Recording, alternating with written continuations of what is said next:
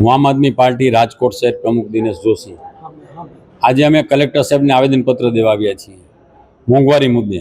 આજે પેટ્રોલના ભાવ દિવસે ને દિવસે વધતા જાય છે, કૂદકે ને ભૂસકે। આજે ગૃહિણીનું બજેટ વિખાઈ ગયું છે, ખોરવાઈ ગયું છે। બકાલાના ભાવ જોવો, ટ્રક ટ્રેક્ટર બધાના જે વ્હીલ હોય સ્તંભી ગયા છે હાઈવે ઉપર।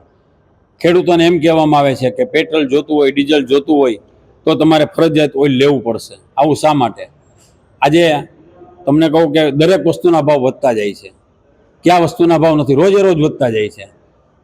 આજે ખેડૂતો જે ખેતી કરે છે એને માટે એને જે બિયારણ જોતું હોય એના ભાવ વધ્યા છે, ઓલા બધી વસ્તુના ભાવ વધતા જાય છે। અમારી માંગણી છે આમ આદમી પાર્ટીની કે આ ભાવ ઘટાડવામાં આવે। અને કોઈ દેશની અંદર એવું નથી કે પ્રધાનમંત્રીએ કીધું હોય કે ભાઈ તેલ ઓછું વાપરજો, પેટ્રોલ ઓછું વાપરજો, એવું ક્યાંય દેશમાં નથી કીધું ને બધે કોઈ જગ્યાએ ભાવ પણ નથી વધ્યા। આ લોકોનું હાલે ને તો પેટ્રોલ પંપ ઉપર એક માણા રાખીને ફોર્મ ભરાવે કે તમને તો જ પેટ્રોલ મળશે કે તમારા ઘરે સ્માર્ટ મીટર નાખો, એમાં પણ સહી કરાવે। આ એવા લોકો છે। એટલે ભાજપ છે એની તાનાશાહી બહુ વધી ગઈ છે। અમારી માંગણી એવી છે કે આ ભાવ ઘટાડવામાં આવે અને ખેડૂતો જે પાયમાલ ત્યારે છે એ ન થાય એવી આપના દ્વારા માધ્યમથી અમે વિનંતી કરી છે સરકારને।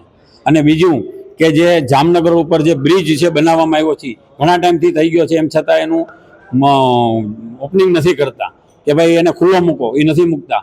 તો અમે અહીંથી રાજકોટ મ્યુનિસિપલ કમિશનરને રિક્વેસ્ટ કરીએ છીએ કે જો આવતીકાલે ખુલ્લો નહીં મુકાય તો પરમ દિવસે આમ આદમી પાર્ટીના હજારો કાર્યકરો એ બ્રિજ ખુલ્લો મૂકવા માટે સવારે 11 વાગે ત્યાં તમામ આમ આદમી પાર્ટીના હાજર રહેશે અને બ્રિજ ખુલ્લો મૂકવામાં આવશે। કારણ કે આ ભાજપના પૈસાથી નથી બન્યો, આ લોકોના જે ટેક્સના પૈસા છે એમાંથી બન્યો છે। તો મેયરની રાહ શા માટે જોવો છો?